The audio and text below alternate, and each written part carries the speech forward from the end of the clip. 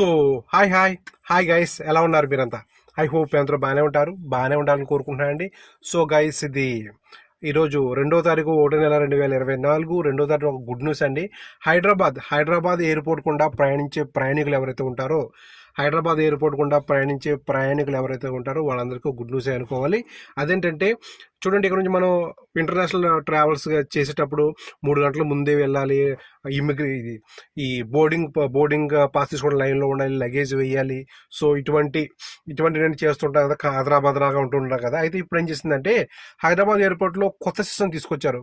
ఇప్పుడు 6 గంటల ముందే, 3 గంటలు కాదు, 6 గంటల ముందే ఎయిర్పోర్ట్లో పార్కింగ్ ప్లేస్లోనే మీకు బోర్డింగ్ మీ లగేజ్ వేసేసి బోర్డింగ్ పాస్ తీసుకోవచ్చు, లగేజ్ పాస్ తీసుకోవచ్చు. అది 6 గంటల ముందు.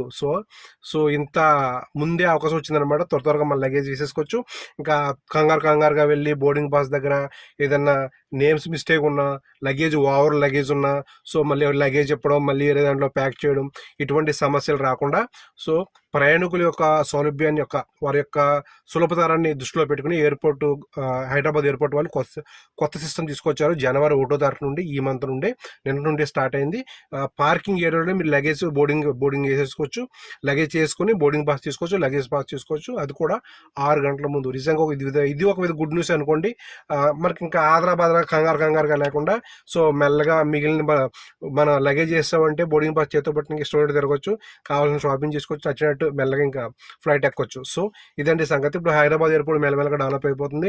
ట్రాలీలు ఇప్పుడు స్మార్ట్ ట్రాలీలు వచ్చేస్తున్నాయి. ఇప్పుడు బోర్డింగ్ కూడా పార్కింగ్ లోనే పెట్టేశారు, పైన కాకుండా. అంటే అక్కడ ఉంటుంది.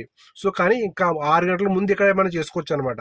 ఏదైనా లగేజ్లో సమస్య ఉన్నా మళ్ళీ మార్చుకోవచ్చు, ఇలాంటివి చేసుకోవచ్చు. సో ఇదండి ఒక గుడ్ న్యూస్ అనుకోండి.